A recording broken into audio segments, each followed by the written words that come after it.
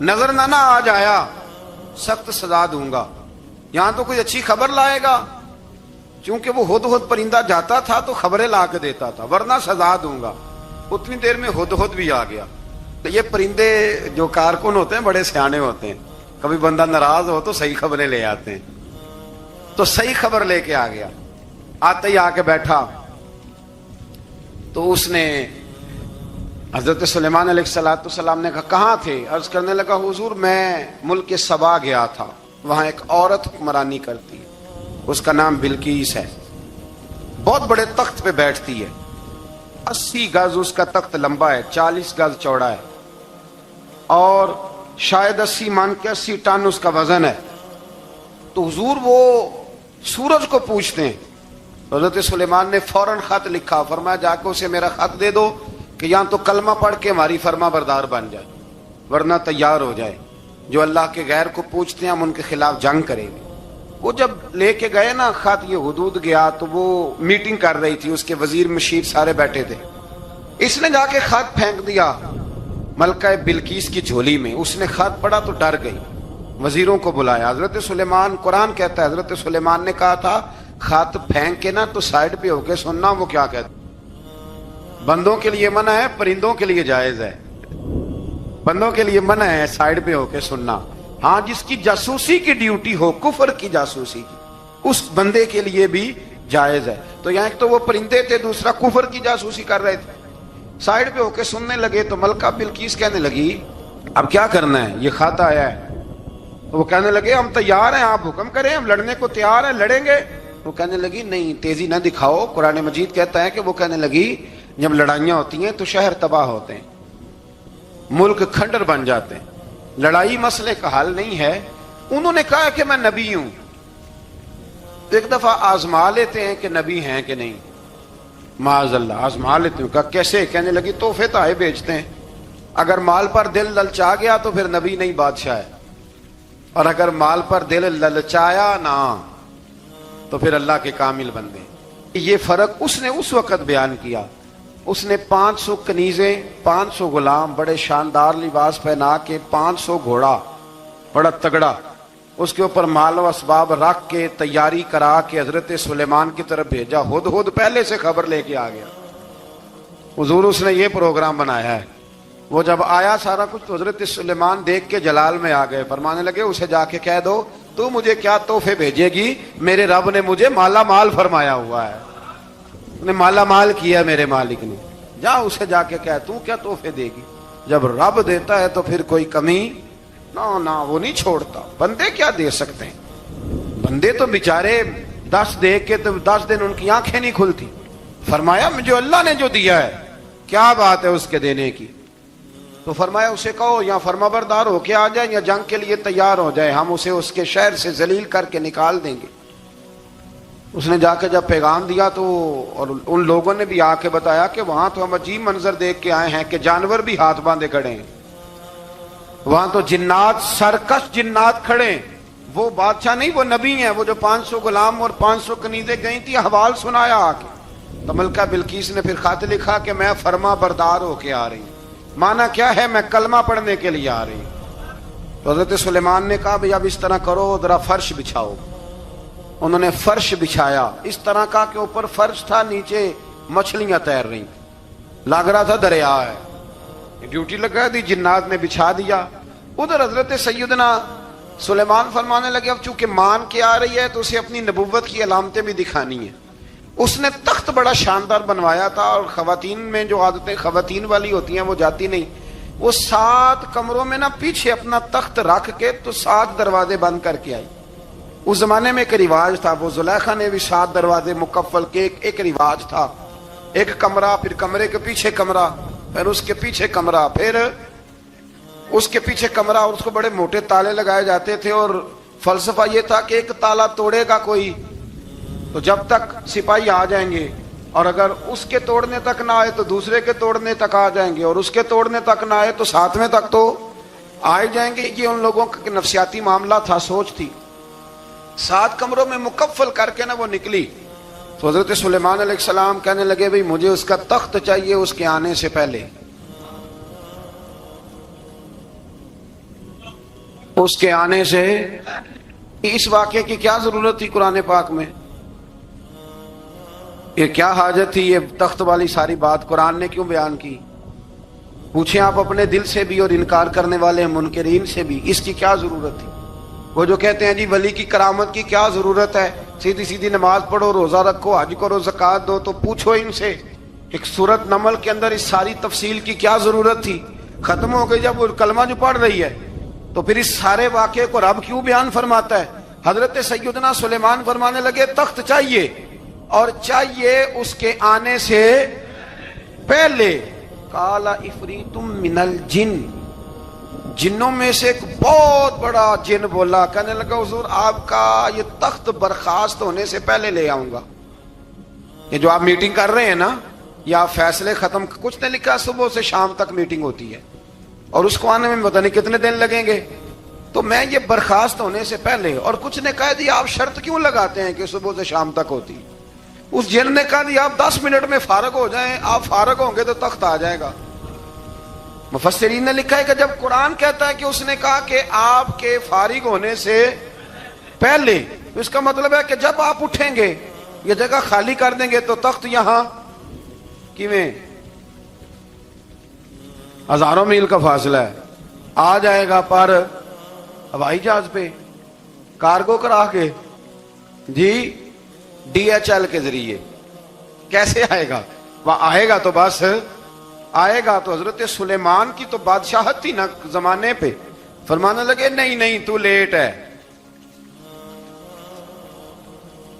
تو لیٹ ہے، تو ہمیں جانتا ہی نہیں، ایٹ سٹ تے پکھڑا کوار گندل، اسی اور بھی بوٹیاں جاننے ہاں، یہ تو لیٹ ہے، ابھی ہماری طاقت اس سے زیادہ ہے۔ بڑی کمال بات لکھی ہے لکھنے والوں نے۔ ایک مفسر نے لکھا ہے کہ ابھی حضرت سلیمان نے غلاموں سے منگوایا ہے، اپنی بات کوئی نہیں کی، یہ حال ہے ان کے غلاموں کا، تو سردار کا عالم کیا ہوگا؟ حضرت سلیمان کہنے لگے بھی جلدی جائیے۔ قال الذی عنده علم من الکتاب انا آتیک بہ قبل ان یرتد الیک طرفک، تو اٹھا ان میں سے وہ جس کے پاس کتاب میں سے علم تھا، ساری کتاب کا بھی نہیں، علم من الکتاب، کتاب، وہ اٹھے جن کے پاس کتاب میں سے علم تھا، تو وہ اٹھ کے کہنے لگے حضور میں لے آؤں گا، کب؟ آپ کے آنکھ جھپکنے سے، آنکھ جھپکنے سے، بندہ تھا جن تھا، جن کی تو بات مانی نہیں انہوں نے، کیا کہا؟ آنکھ جھپکنے سے، میں آنکھ جھپکنے سے پہلے لے آؤں گا۔ تو حضرت سلیمان کہنے لگے تو ٹھیک ہے چل لا، پھر لا، پھر آنکھ جھپکنے سے بڑے ہی نہیں، پھر غصہ نہیں آتا ان پہ، پھر غصہ نہیں آتا۔ میرے شیخ کامل، مرشد اکمل، شیخ بحر و بار، حضور غوث پاک جیلانی، حضرت غوث اعظم یوں کر کے شاگردوں کو، مریدوں کو سبق پڑھا رہے تھے، پڑھاتے پڑھاتے ہاتھ آگے کیا، اور جب ہاتھ واپس آیا تو بھیگ گیا تھا سارا۔ تو شاگرد کہنے لگے حضور یہ کیا ہے؟ فرمایا تمہیں نہیں سمجھ آئے گی، چھوڑو تمہارے والی بات نہیں، خاصاں دی گل آما آگے نہیں مناسب کرنی، رہنے دو تم۔ کچھ وقت گزرا تو کچھ لوگ آ گئے، ابھی کلاس ختم نہیں ہوئی تھی، کپڑے بھیگے ہوئے ہو، وہ شاگرد پہلے ہی منتظر تھے، کہا تمہیں کیا ہوا؟ کہنے لگے دریا میں جا رہے تھے، اچانک ہچکولیں آنے لگے، تو ہم نے کوئی کسی بے عمل کا بازو تو نہیں نہ تھاما، ہم غوث اعظم کے ماننے والے ہیں، تو دریا میں کہا یا شیخ عبد القادر جیلانی شیئا للہ، اللہ کے راستے میں مدد کرو۔ تو کہنے لگے بس ایک ہاتھ ہی آیا ہے، اور یوں کشتی کھینچ کے باہر نکالی ہے۔ تو اب وہ شاگرد سارے چپ کر گئے، کہنے لگے جواب کیوں نہیں دیتے؟ انہوں نے کہا تم نے ہاتھ دیکھا ہے پہنچتا ہوا، اور ہم نے ہاتھ دیکھا یہاں سے جاتا ہوا، تم نے پہنچتا ہوا دیکھا ہے، تو ہم نے حضرت بہاؤالحق نقش بند بخاری، ان کی ایک مریدنی تھی، اوپر چبارے پہ کسی نے اس کی عزت پہ ہاتھ ڈالا، چبارے پہ اوپر والی منزل پہ، اس مریدنی نے اپنی عزت بچانے کے لیے چھلانگ لگا دی، جب وہ نیچے گر رہی تھی تو حضرت بہاؤالحق نقش بند بخاری پہنچ گئے، نیچے کوئی ایسا بندوبست کر دیا، کوئی چارپائی بچھا دی، کوئی ایسا جس پہ وہ آ کے آرام سے گری اور بچ گئی۔ حضرت صاحب کی طرف دیکھ کے کہنے لگی کہ حضور آپ کب آئے؟ فرمانے لگے پتر جب تو چبارے سے چلی تھی تب میں بخارے سے چلا تھا، جب تو چبارے سے چلی تھی نا تب میں بخارے سے چلا تھا، اور تیرے نیچے آنے تک میں بھی پہنچ گیا ہوں۔ میں بھی مالی دا کم راکھی کرنا، پھل کچے ہون یا پکے، اے پیر مریداں دے سر تے ہی رہندا ہے، اے جھوٹے ہون یا سچے، یہ پکی غلامی کریں یا کچی کریں، پیر کی بھی مجبوری ہوتی ہے، کیا کریں، پیر مریداں دے سر تے ہی رہندا ہے، اے جھوٹے ہون یا سچے، کیا کیا جا سکتا ہے۔ لیکن نا نافرمان بیٹے کا بھی تو جائیداد میں حصہ ہوتا ہے نا، نافرمان بھی ہو تو جائیداد میں حصہ، تو چلو باپ ناراض رہے گا تو اللہ ناراض رہے گا، بات الگ ہے، پر جائیداد کا حقدار تو ہے نا، چاہے نافرمان ہی ہے۔ پیر مریداں دے سر تے ہی رہندا ہے، اے جھوٹے ہون یا۔ پھر وہ تخت آ گیا، حضرت سلیمان سے پوچھا یہ کیا ہے؟ قال ھذا من فضل ربی، فرمانے لگے کچھ بھی نہیں۔ حضرت سلیمان کہنے لگے یہ میرے رب کا فضل ہے۔ شاید سب مفسرین نے بڑی بڑی باتیں کی ہوں، پر یہاں ایک قاضی ثناء اللہ پانی پتی رحمت اللہ علیہ کا فقرہ میں پڑھ رہا تھا، بڑا مزہ آ رہا تھا۔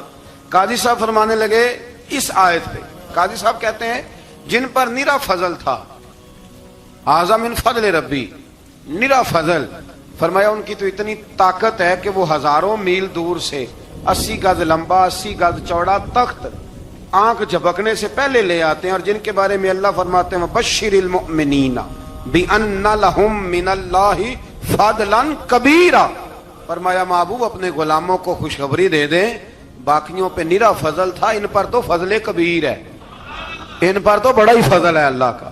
تو فرمایا جن پر فضل کبیر ہو، ایک نہیں، اس پر میں بڑے دلائل دے سکتا ہوں، کرامات اولیاء پر میں بڑے ہی دلائل دے سکتا ہوں، بڑے۔ غوث اعظم رضی اللہ تعالیٰ عنہ کے بعد بادشاہ آیا تو کہنے لگا پیر تب مانوں گا جب سیب کھلائیں گے، سیب کا موسم ہی نہیں تھا۔ تو حضرت صاحب آتے ہی اسے کہنے لگے اب تو میری ولایت کو سیبوں پہ تو نہ تول، اب سیب کھلائے تو ولی یا نہ کھلائے تو ولی کوئی نہیں، یہ تو اب میری ولایت کو سیبوں پہ تو نہ تول۔ تو حضرت صاحب نے یوں ہاتھ اٹھایا تو اللہ نے 2 سیب عطا فرمائے۔ تو وہاں جملہ ہے حضور غوث اعظم کا، فرمانے لگے اگر اللہ حضرت مریم سلام اللہ جو بنی اسرائیل کی ولیہ ہیں، ولی ہے نا، وہ نبی تو نہیں نا، عورت نبی نہیں ہو سکتی، فرمایا اگر اللہ انہیں بغیر موسم کے پھل دے سکتا ہے میں تو محمد عربی کا نوکر ہوں۔ فرمایا اب نہ 2 سیب آئے تھے، تو وہ کہنے لگا میرے تو دل میں 1 سیب تھا نا، تو حضور غوث اعظم نے نا 1 سیب مجھے دیا، 1 میں نے کھایا تو 1 غوث پاک کھانے لگے، کہتے ہیں میں نے منہ میں رکھا ذرا ترش تھا، تو میرے چہرے کا وہ رنگ دیکھ کے نا، اثر دیکھ کے کہ تلخی محسوس، تو غوث اعظم کہنے لگے میرے والا کھا۔ ایک انہوں نے کاٹ کے ٹکڑا دیا، کہتے کھایا تو بڑا میٹھا تھا، تو میں نے کہا حضور آئے تو دونوں ہی غیب سے ہیں، آپ کے والا میٹھا ہے میرے والا کڑوا ہے، تو آپ فرمانے لگے آئے تو دونوں غیب سے تھے، پر ایک کو ذرا ظالم کے ہاتھ لگ گئے ہیں نا، اس کو تنبیہ بھی کر دی کہ ظلم سے باز آ جا، تنبیہ بھی کر دی، پر میں ہاتھ ظالم کے لگے اس لیے ترش ہو گیا، سیانا بن، 1 نہیں 20 درجنوں۔ لیکن پتہ نہیں کیوں لوگ اڑ گئے، پتہ نہیں کیوں کڑ کے آ گئے کرامت اولیاء کے معاملے میں بالکل۔ اور پھر کسی حدیث میں یہ نہیں آیا کہ اس زمانے میں ولی ہوں گے تو اس زمانے میں ولی نہیں ہوں گے، حضور نے فرمایا میری امت کبھی گمراہی پر جمع نہیں ہوگی۔ اقبال کہتے ہیں اولیاء کیا ہوتے ہیں؟ اولیاء کیا ہیں؟ جواسیس القلوب۔ اقبال کہتا ہے ولی کا بہت بڑا ولی تم نے دیکھنا ہو تو اسے دیکھو جو تیرے دل کا جاسوس ہے۔ چلو یہ مشکل بات ہے، میں نہیں چھیڑتا، لیکن جو تیرے وہ جاسوسی کرتا ہے، پر کرتا ہے تیرے دل کی، وہ تیرے دل کا جاسوس ہوتا ہے ولی۔ اور اس پر حضور کی حدیث ہے، فرمایا اس کی فراست قلبی سے ڈر، یہ اللہ کے نور سے دیکھتا ہے، ڈر اس کی فراست قلبی سے، اللہ توفیق عطا فرمائے۔ 12 اس ولی کا نام تھا آصف بن برخیہ۔ آصف بن برخیہ جی حضرت سلیمان کے وزیر تھے۔ وہ آئی ملکہ بلقیس، اور جب وہ آئی نا تو اس نے دیکھا کہ یہ تو آگے سامنے حضرت سلیمان بیٹھے ہیں، اور جو رستہ ہے نا درمیان میں وہ فرش ہے کہ دریا ہے سمجھ نہیں آ رہی، تو اس نے نا اپنا یوں کر کے اوپر کپڑا اٹھانا شروع کر دیا کہ نیچے پانی ہے۔ تو حضرت سلیمان کہنے لگے چلتی آ، نیچے کچھ بھی نہیں۔ اس نے پیر رکھا نیچے مچھلیاں بھی تیرتی جا رہی تھیں. حضرت سلیمان علیہ السلام. آج بھی اللہ نے توفیق دیا نا, لوگوں نے اس طرح کی تعمیرات بعد میں کی ہیں, لیکن اس کے موجد, اس کے پہلے بنانے والے حضرت سلیمان ہیں اللہ کی دی ہوئی توفیق سے. تو وہ ملکہ آپ کے پاس آئی, پھر وہ آپ کی فرما بردار ہو گئی, اور بعد مفسرین نے یہ لکھا ہے کہ اس نے جب کلمہ پڑھا تو پھر اس کا نکاح بھی حضرت سلیمان سے ہوا. حضرت سیدنا لقمان اپنے بیٹے کو نصیحت کرتے ہیں, اور قرآن مجید نے سورہ لقمان کے اندر آپ کی ان نصیحتوں کا ذکر فرمایا ہے. اللہ کریم نے ارشاد فرمایا کہ حضرت لقمان, ان کی جو بات انہوں نے اپنے بیٹے کے ساتھ کی, فرمایا وَلَا تُصَعِّرْ خَدَّكَ لِلنَّاسِ, اے میرے بیٹے لوگوں کے ساتھ اپنے رخ کو نہ پھیرا کر, غرور کے ساتھ اپنے لب و لہجے کو پھیر نہ لیا کر لوگوں کی طرف سے, اور وَلَا تَمْشِي فِي الْأَرْضِ مَرَحًا, اور زمین پر اکڑ اکڑ کے نہ چلا کر. تکبر کے ساتھ اپنے لب و لہجے کو لوگوں سے پھیر نہ لیا کر, اور زمین پر اکڑ کے بھی نہ چلا کر. جناب لقمان اپنے بیٹے کو نصیحت فرما رہے ہیں, اور اللہ نے اس کا ذکر قرآن مجید میں فرمایا ہے. اسلام ہماری تربیت کرتا ہے ہر موقع پر, اور ہمیں اسباق پڑھاتا ہے زندگی ساری گزارنے کے لیے. انسان کی بات کا دوسرے پر بڑا اثر ہوتا ہے, لیکن اس کی بات کے ساتھ ساتھ اس کے لہجے کا بھی بڑا اثر ہوتا ہے. کھانے کا بھی بڑا اثر ہے, لیکن کھانا آپ کس برتن میں رکھ کے دے رہے ہیں اس کا بھی بڑا اثر ہے. آپ نے کھانا کس طرح سجایا ہے, کس جگہ کسی کو بٹھایا ہے, اس کا بھی بہت زیادہ اثر ہے. اسلام یہ کہتا ہے کہ آپ کا جو لب و لہجہ ہے وہ ہمیشہ اچھے اخلاق والا ہونا چاہیے. لہجے جو ہوتے ہیں نا, لہجے, لب و لہجہ, وہ بڑی تاثیر رکھتا ہے, بڑا اثر رکھتا ہے. چھوٹا سا بچہ ہوتا ہے, دودھ پیتا ہے, ابھی نونہال بچہ ہے چھوٹا سا, ابھی اسے پتہ نہیں ہے کہ کون سی بات کا کیا معنی ہے. اسی بچے کے آپ نے گال پہ محبت کے ساتھ ہاتھ پھیرا تو وہ ہنس دیتا ہے, لیکن اگر آپ غصے کے ساتھ اس کی گال پہ ہاتھ لگاتے ہیں تو وہ رو دیتا ہے. آپ میری بات کو سمجھیں گے, ابھی اس کو لفظوں کے مفاہیم کا نہیں پتا, معانی سے ابھی وہ آگاہ نہیں ہے, معنی نہیں جانتا, پر آپ نے کس لہجے کے ساتھ اس سے پیار کیا یہ اسے پتا ہے. یہ جو لہجہ ہوتا ہے نا, لہجہ, اخلاق آپ کا, یہ بڑا اثر کرتا ہے. آپ نے گفتگو کی, لیکن اس گفتگو میں آپ کا انداز کیا تھا, لب و لہجہ کیا تھا. کچھ لوگ کہتے ہیں میں نے کوئی غلط بات کی ہے, بالکل ٹھیک بات کی ہے. بھئی آپ کی بات ٹھیک تھی, پر آپ کا انداز ٹھیک نہیں تھا. جہاں بات ٹھیک ہونا ضروری ہے نا, وہاں انداز ٹھیک ہونا بھی بڑا ہی ضروری ہے. آپ کے لہجے کا خوبصورت ہونا اور آپ کے لفظوں کا حسین ہونا بھی بڑا ہی ضروری ہے. اگر آپ تھوڑا سا معاشرے میں غور کریں تو کچھ لوگ ایسے ہیں جو طبعاً ہی بیچارے دنیا میں آئے ہی شکوہ کرنے کے لیے. ان کے لہجے سے نہ ترش روئی برستی ہے, تلخی ہے. وہ جی میں فلاں آدمی کے پاس گیا تو اس نے میری بات نہیں سنی, فلاں شخص سے میری ملاقات ہوئی, میں نے وقت گزارا پر وہ بندہ ٹھیک نہیں نکلا, فلاں کے ساتھ میں آگے بڑھنا چاہ رہا تھا پر میرے معاملہ چل نہیں سکے. تو بھئی آپ دوسروں کو ناپتے اور تولتے رہے, آپ کو یہ دیکھ لینا چاہیے تھا کہ آپ کا انداز فکر ہی کہیں غلط نہ ہو. لہجے, اخلاق, یہ آپ کے لفظوں سے بھی زیادہ اثر بعض اوقات رکھتے ہیں. کسی نے کہا تھا کہ میرے لہجے میں غرور آیا تھا, اس کو حق تھا کہ شکایت کرتا تھا. میرے لہجے میں کچھ ایسا کہ جس پہ وہ بیچارہ پریشان ہو گیا, اب اس کا حق بنتا تھا وہ اس پہ شکایت کرتا. تو میرے عزیز, آپ بات کو یاد رکھیں گے کہ جو اخلاق ہے, آپ کا جو اخلاق ہے, جو آپ کا کردار ہے, وہ اپنی ایک خوبصورتی رکھتا ہے. اس لیے میرے نبی پاک صلی اللہ تعالی علیہ وآلہ وسلم نے فرمایا تم میں کامل مومن وہ ہے جس کا اخلاق زیادہ اچھا ہے. جو کہانیاں زیادہ سناتا ہے وہ نہیں، جو اپنی خدمات زیادہ بتاتا ہے وہ نہیں، جو باقی سب کی نفی کر کے کہتا ہے کہ دنیا میں کوئی بندہ ٹھیک نہیں صرف میں ٹھیک ہوں، وہ والا بندہ نہیں، بلکہ فرمایا جس بندے کا اخلاق زیادہ اچھا ہے۔ اخلاق دیکھیں، یہ جو آپ کا لہجہ ہوتا ہے نا، یہ بہت زیادہ اثرات مرتب کرتا ہے آپ کے گھر پہ بھی باہر بھی۔ آپ اگر اپنی گفتگو میں باڈی لینگویج کو تھوڑا سا اچھا رکھیں، کچھ لوگ ایسے ہوتے ہیں جو بات بڑی صحیح کرتے ہیں پر کچھ زیادہ ہی باتیں کرتے ہیں، تو وہ زیادہ باتیں کرنے کی وجہ سے ان کی جو صحیح باتیں ہوتی ہیں ان کا بھی وزن خراب ہو جاتا ہے، کیونکہ وہ زیادہ باتیں کرتے ہیں، ہر وقت بولتے ہیں، ہر وقت بات کرتے ہیں، تو جب وہ ٹھیک بات بھی کر رہے ہوں تب بھی ان کی بات کا لوگ اثر قبول نہیں کرتے۔ لیکن اگر ان کا لہجہ باوقار ہو، بات وہ تھوڑی کریں پر جتنی کریں ذرا سونی کر کے کریں، گفتگو میں خود بخود اثر پیدا ہو جائے گا، بات اچھی لگے گی۔ اخلاقی رویے اگر لوگوں کے زیادہ اچھے ہو جائیں، ایک تو مسکرانے کا بل کوئی نہیں آتا، اس کے پیسے کوئی نہیں لگتے، اور یہ بھی شکر ہے ابھی تک اس پر ٹیکس بھی کوئی نہیں، یہ بھی مقام تشکر ہے۔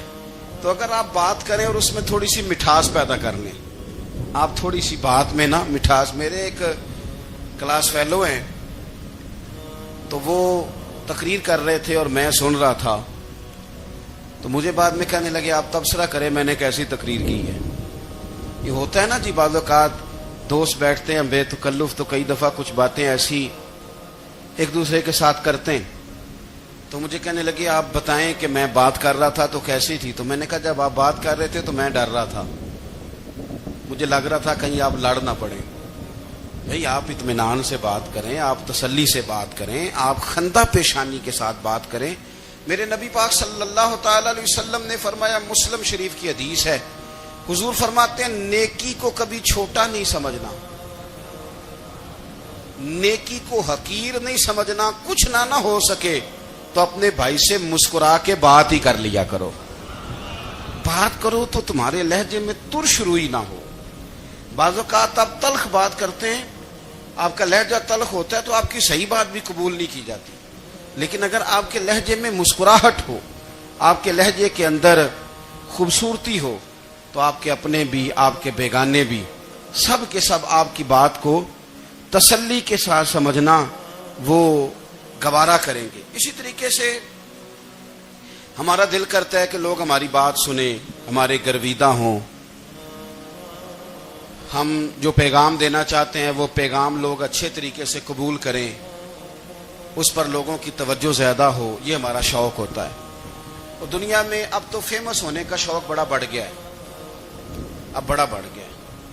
اب تو لوگوں کو نا شاید لوگ مقبولیت اسی کا نام لیتے ہیں کہ میرے اتنے لائکس ہیں، اتنے فالور ہیں، اتنے سارے لوگ ہیں تو شاید میں بڑا مقبول ہوں۔ یاد رکھنا،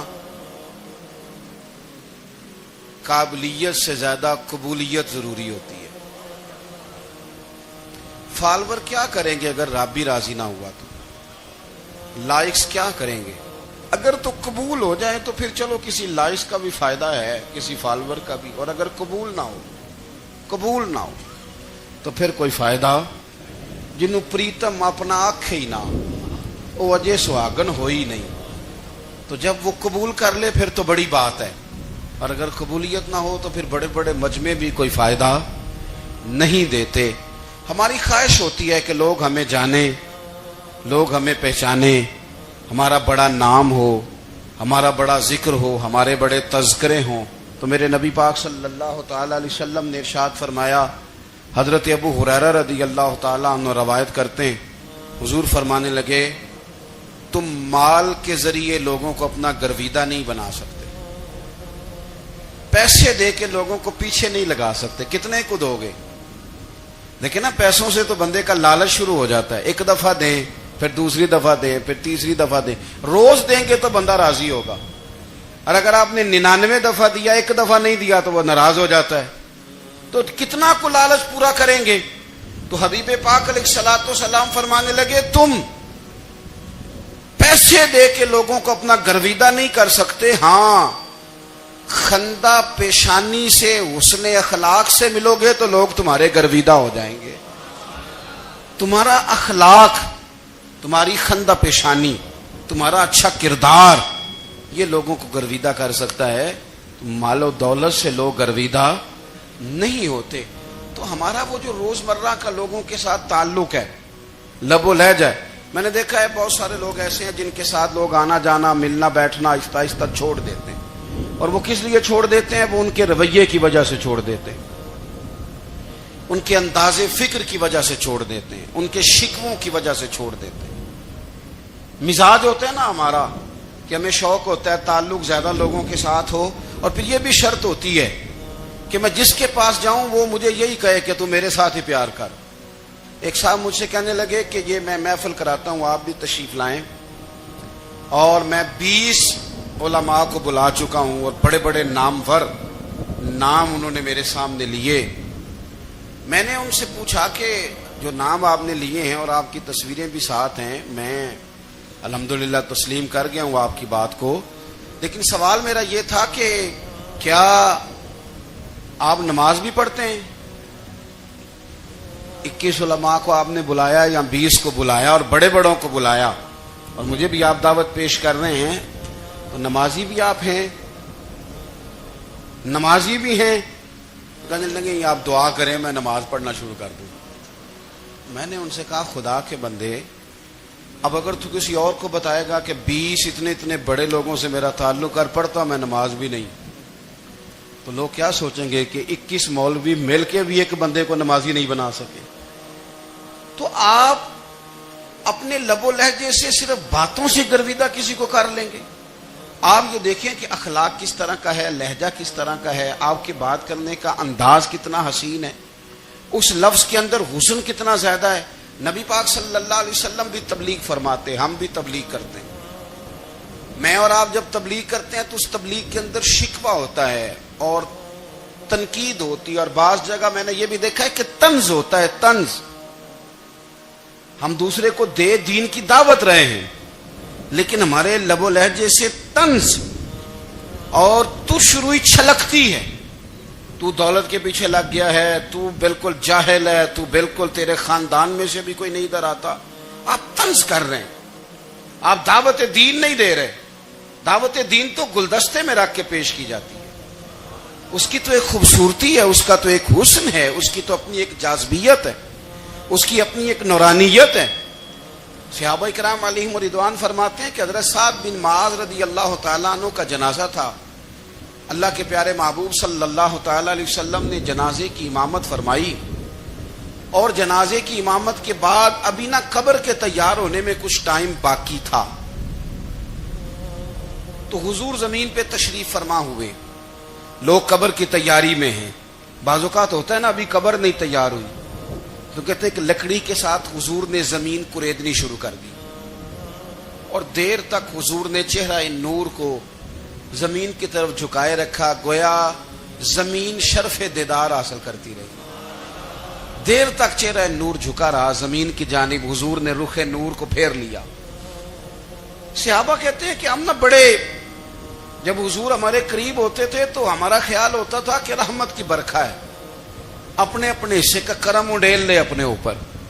فرماتے ہیں منتظر تھے کہ حضور کب ہماری طرف رخ انور پھیریں اور ہم کریم سے کوئی بات سن سکیں. ارشاد فرماتے ہیں کہ ہم بڑے شدید منتظر تھے.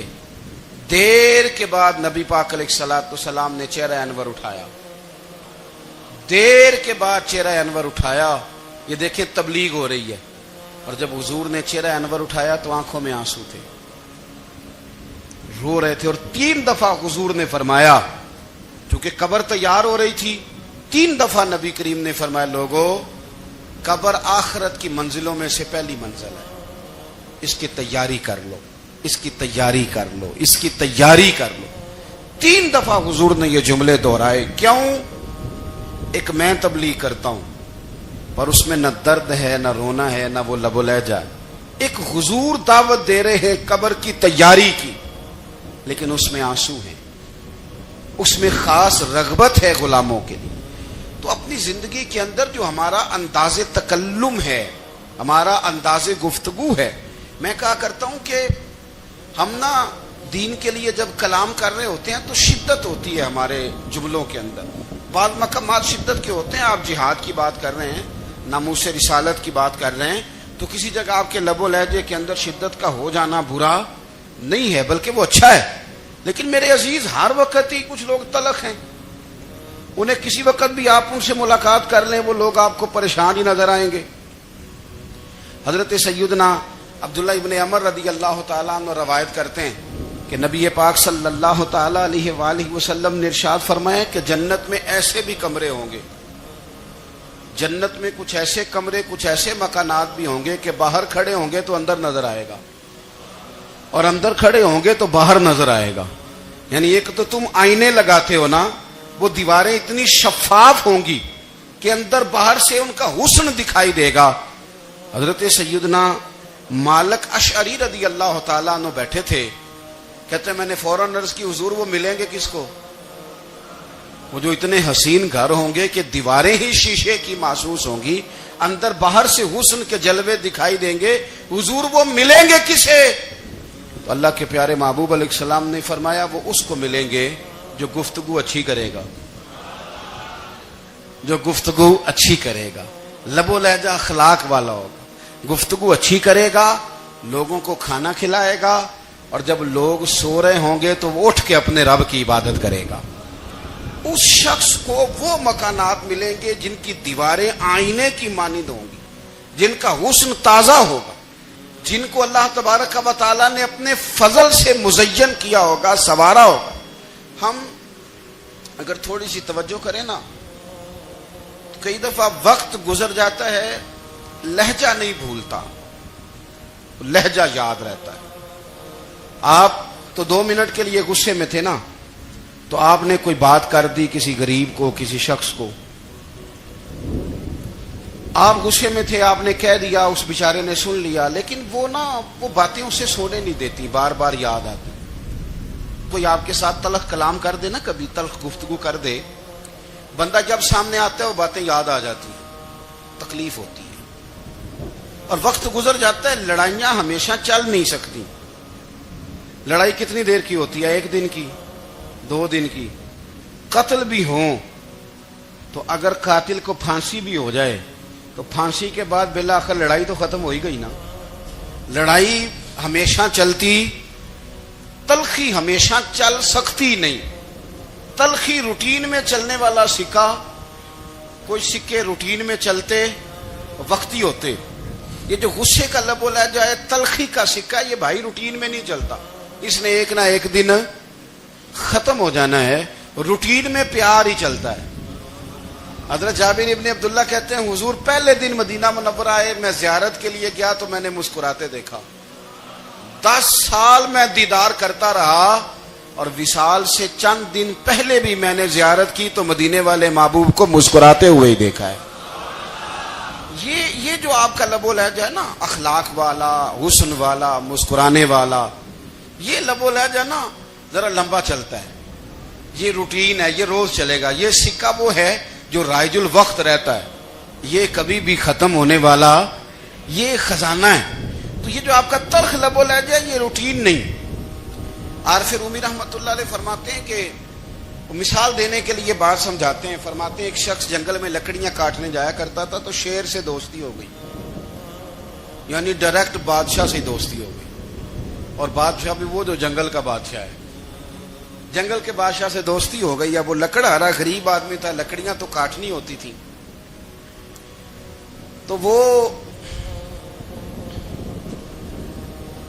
جنگل کا بادشاہ اعلان کر دیتا جانوروں کو کہ میرا دوست آیا, ایک تو کوئی تنگ نہ کرے, اور دوسرا یہ کہ سب لوگ مل کے اس کے ساتھ تعاون کریں. کبھی کوئی جانور لکڑیاں اکٹھی کراتا, کبھی کوئی اپنی پشت پہ گدھا, بیل, گھوڑا, خچر رکھ کے وہ لکڑیاں باہر چھوڑنے آتا. تو اب اس کی بڑی دھوم مچ گئی جنگل کے اندر. لکڑہارا مزدور تھا, وہ بادشاہ سے دوستی کر کے بادشاہ ہی بن گیا. وہ گھر آ کے نا بیوی کو اکثر بتاتا کہ میرا ایک دوست ہے, میں جاتا ہوں تو ساری پہلے ہی مخلوق کھڑی ہوتی ہے میرے استقبال کے لیے. دوستی جو بڑے سے ہو گئی ہے. بنا ہے شاہ کا مصاحب تو پھر یہ ہے اتراتا, وگرنہ شہر میں غالب کی آبرو کیا ہے. ہمیں تو پوچھتا ہی کوئی نہیں، یہ تو بنا ہے شاہ کا مصاحب تو پھرے ہے اترا تھا، وگرنہ شہر میں غالب کی آبرو کیا ہے۔ تو وہ لوگوں کو بتاتا، بیوی کو بھی بتاتا دوست ہے، تو بیوی کہنے لگی اتنے تو تعریفیں کرتا، یہ نہیں بتایا کہ وہ جنگل کا شیر ہے، بس نیرا دوست بتا دیا۔ بیوی کہنے لگ گئی کہ تو اتنا جو اس کا ذکر کرتا ہے تو کسی دن بلا نا، بلا کسی دن تاکہ اس کی دعوت کریں۔ اب اس نے پھر نہ اس کو پردے میں رکھا، کیا کہتے ہیں آج کل سرپرائز دینا ہے، مگر سرپرائز دینا ہے جی، پردے میں رکھا کہ وہ شیر ہے۔ تو وہ بلا لیا گھر، اب اس کے لیے کچا گوشت، ظاہر ہے شیر نے کچا گوشت دکھانا تھا۔ وہ کہنے لگی پکانا کس طرح کا ہے؟ وہ کہنے لگا جب وہ آئے گا پھر بتاؤں گا۔ اب وہ کچا گوشت 2-3 بکرے ذبح کر کے ڈال دیے، وہ آ گیا شیر۔ اور پھر امی کہتے جب وہ آیا نا تو اس کی بیوی نے دیکھا تو اس نے ایک سخت جملہ کہہ دیا، کہنے لگی اوہو میں سمجھی تھی پتہ نہیں کون ہے، اس طرح کے درندے تیرے یار ہیں، کتے بلے دوست بنائے ہوئے ہیں، یہ کیا بات ہوئی؟ خیر وہ شیر نے سن لیا، گوشت کھایا، وہ چلا گیا۔ اگلے دن لکڑ آ رہا، لکڑیاں کاٹنے گیا تو شیر نے ملاقات کرتے ہی لکڑ آرے سے کہا کہ یہ نا کلاڑی اٹھا اور میری پشت پہ نا ایک زخم کر دے۔ اس نے کہا نہیں میں یہ کام نہیں کرتا، تو میرا دوست ہے۔ اس نے کہا سن بھائی میں نے پیار سے کہا ہے تو مان جا، ورنہ میں ہوں شیر، میں نے تجھ سے منوا ہی لینا ہے، میں کوئی تکلیف دوں گا مناسب نہیں، تو کر۔ اس نے کلاڑی اٹھائی اور اس کی پشت پہ ایک زور سے زخم لگا دیا، خون بہنے لگا۔ اس نے کہا تو نے آج کے بعد آنا ہے، لکڑیاں کاٹنی ہے، تجھے کوئی کچھ نہیں کہے گا، بس یہ ایک حکمت تھی جو میں نے کیا ہے۔ قصہ مختصر، وہ آتا رہا، لکڑیاں ملتی رہی، خدمت بھی ہوتی رہی، 6-8 ماہ گزر گئے۔ ایک دن شیر اس سے کہنے لگا یہ میرے ذرا بال اٹھا کے دیکھ، وہ جو تو نے زخم لگایا تھا وہ کہاں پہ ہے؟ اس نے وہ بال اٹھا کے دیکھا تو زخم ملا ہی نہیں، کئی جگہ پہ ٹٹولا کا یار یہاں تھا یہاں تھا یہاں تھا۔ شیر نے پھر کیا کمال ہی جملہ کہا، اس نے کہا کہ وہ جو کلاڑی کا زخم تو نے لگایا تھا نا وہ مکمل ہو گیا، لیکن تیری بیوی کا جو لہجہ تھا اور اس کی جو تلخی تھی وہ آج تک میرے ذہن میں موجود ہے، وہ ابھی بھی مجھے تکلیف دیتی ہے۔ تو بات سوچتا ہوں مجھے اس نے درندہ کہا، اس نے میرے بارے میں اتنے کچے اور کمزور اور سخت جملے کہے، تو وہ بات مجھے بھولتی، وہ آج بھی میرے ذہن میں اسی طرح گونجتی ہے۔ تلخ جملے جو اس نے کہے اور خوفناک جو انداز اس نے اختیار کیا، وہ بات مجھے کبھی بھی بھولتی۔ تو آپ کے لفظ لوگوں کو بھول جاتے ہیں پر لہجہ یاد رہتا ہے، اگر ہم اپنے لہجے پر تھوڑی توجہ ہی کر لیں۔ کچھ لوگ کہتے ہیں جی میرا جی روٹین ہی یہ ہے بات کرنے کی، تو یہ یاد رکھنا کسی وقت ایسا بھی ہوتا ہے کہ شیر کو سوا شیر مل جاتا ہے۔ رحمت اللہ علیہ درویش تھے دلی کے، بہت سارے لوگ مرید تھے، ایک بڑا خدمت گزار مرید تھا، مزدوری کرتا تھا، غریب تھا، تو 6 بیٹیاں تھیں اس کی۔ حضرت صاحب کے پاس روز آ کے کہتا حضور بچیوں کے لیے دعا کرے، اللہ کوئی اسباب پیدا کر دے، ایک بچی کی شادی کا خرچہ 1000 دینار ہے اور میں غریب ہوں۔ حضرت صاحب دعا کر دیتے۔ خانقاہ شریف کے تھوڑے ہی فاصلے پر حضرت جہاں بیٹھ کے مریدوں کی تربیت کرتے تھے، اس سے تھوڑا ہی فاصلے پر نا ایک عیسائی رہتا تھا، بڑا مالدار تھا، بڑی سارے اونٹ گائیں بھیڑ بکریاں رکھی ہوئی تھی، اور حضرت شرف الدین رحمت اللہ علیہ کی بڑی مخالفت کرتا تھا۔ اور یہ جو آپ کا غریب مرید تھا یہ اس کا پڑوسی تھا، ایک دن بلا کے نا ان کو کہنے لگا کہ تو کدھر جا کے جو ہے وہ ٹکرے مار رہا ہے، وہاں سے کچھ نہیں ملنے والا، وہ تجھے کیا دیں گے جن کی خانقاہ خود چندے پہ چلتی ہے، مدرسہ چندے پہ چلتا ہے، مسجد چندے پہ چلتی ہے، تیری بیٹی کا معاملہ کہاں حل ہوگا؟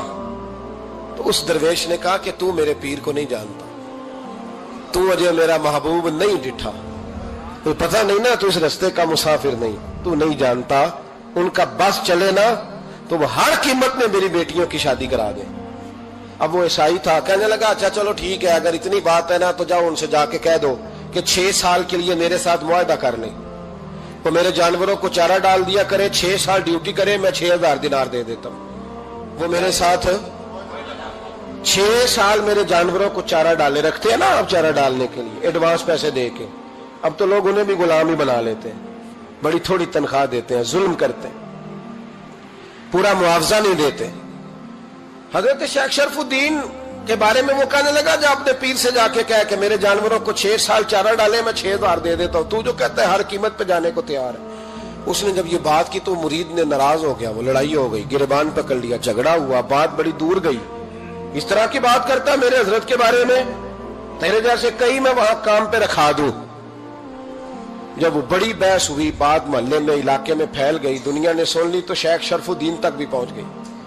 اس طرح جھگڑا ہوا ہے، لوگ سو گئے عشاء کی نماز کے بعد۔ حضرت صاحب نے نا سر پہ کپڑا لیا، اس عیسائی کے دروازے پہ دستک دی، وہ باہر آیا، فرمانے لگے لوگ تو سوچ سمجھ کے ملازم رکھتے ہیں، تو نے بھی تو سوچ ہی لیا ہوگا، تبھی تو مجھے آفر کی ہے، تو اپنی آفر پہ قائم ہے؟ واقعی مجھے رکھ لے گا اور 6000 دینار دے دے گا؟ کہنے لگا جا بابا کام کر اپنا۔ فرمایا نہیں، تو نے اتنے لوگوں میں بات کی، اتنی بحث ہوئی، تو قائم ہے؟ کہنے لگا میں تو قائم ہوں پر آپ نے نہیں قائم رہنا۔ فرمایا میں سوچ سمجھ کے آیا ہوں۔ اس نے کہا آپ ڈیوٹی کریں گے، بھینسوں کو چارہ ڈالیں گے؟ فرمایا ایک شرط، بس جب اذان ہو جائے نا تو مجھے رب کی نماز پڑھنے کی اجازت دے دینا، باقی صبح و شام جو تو کہے گا۔ اگر اس غریب کی بیٹیاں بیائی جائیں تو مجھے اور کیا چاہیے؟ اس کی 6 بیٹیوں کا بوجھ ہے اس کے سر پہ، تو مجھے رکھ لے۔ اللہ اکبر۔ وہ کہنے لگا چلے پہ میرے ساتھ خط بندگی کر لیں، آج کل ہم اسٹامپ کرتے ہیں، اس زمانے میں خط بندگی ہوتا تھا، غلامی کا خط، قاضی شہر کے پاس، یعنی اس کا خیال تھا کہ چلو اسٹامپ کی بات کروں گا تو بھاگ جائیں گے۔ فرمایا چل میں تیار ہوں۔ قاضی تک گئے، طے ہو گیا، 6000 دینار دے دیے۔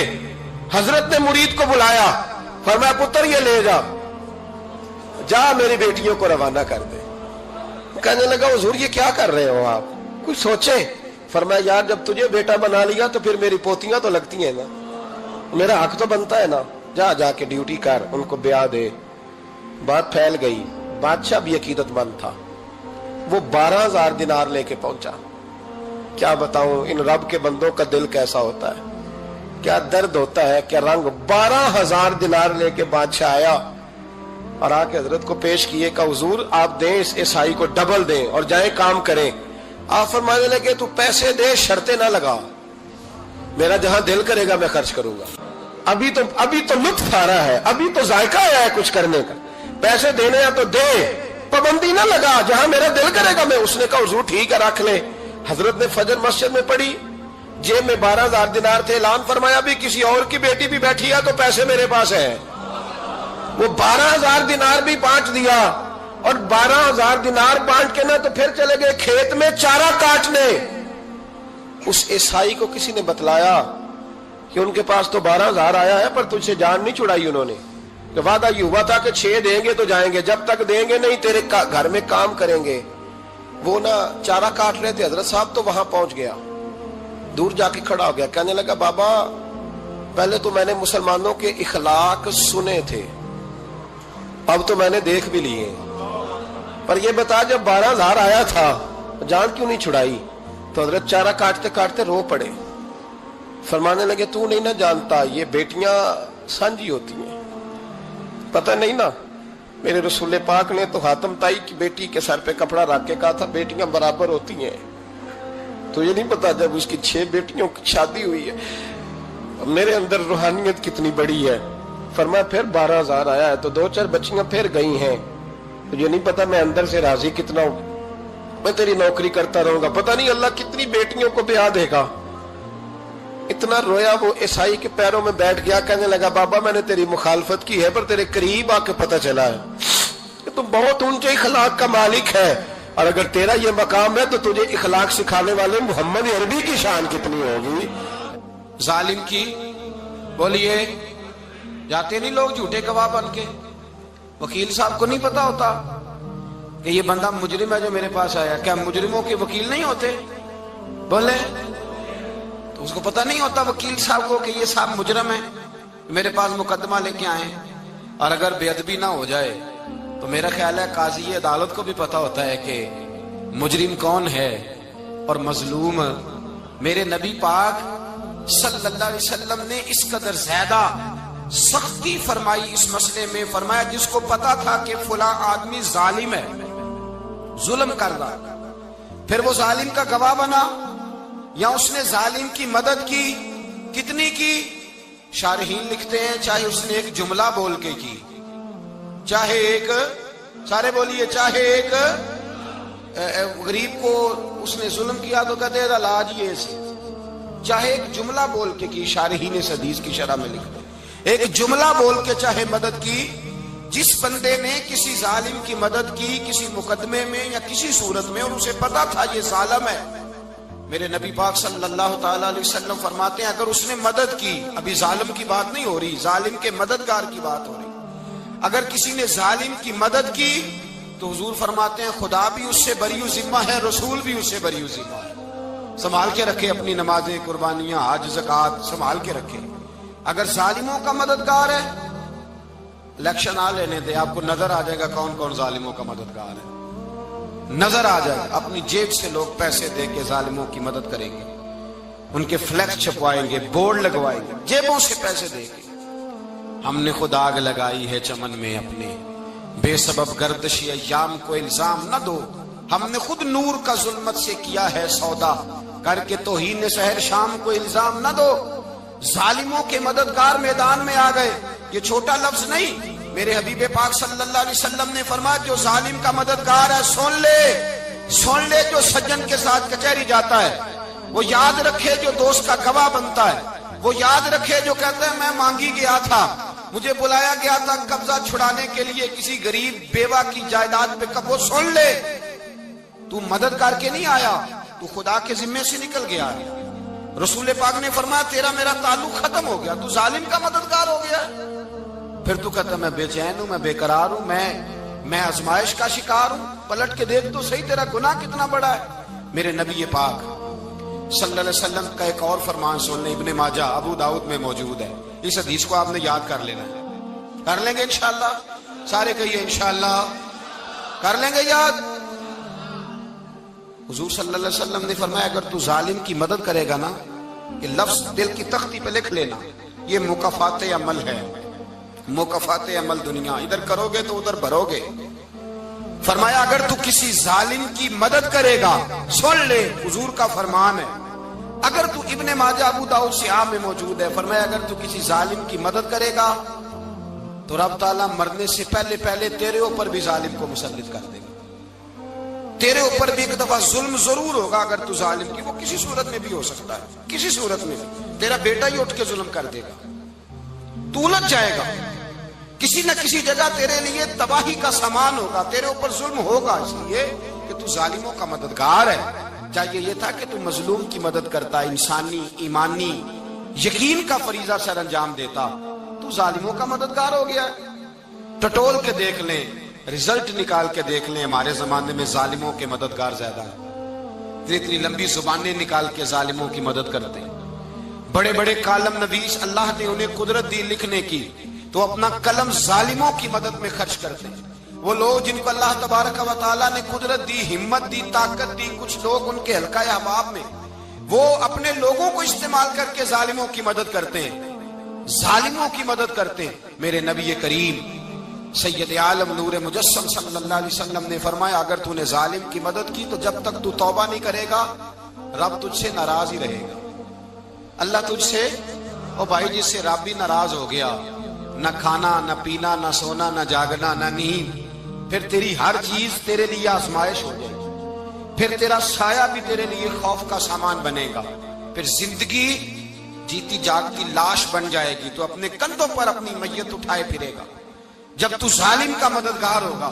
اور نبی پاک صلی اللہ علیہ وسلم نے فرمایا ظالموں کا مددگار بھی ظالم ہوتا ہے، ظالموں کا مددگار بھی، سارے بولے ظالموں کا مددگار بھی، نہیں کو نہیں، آپ سارے نہیں بولے، ایک دفعہ بولے ظالموں کا مددگار بھی، پکی بات ہے، ظالموں کا مددگار بھی۔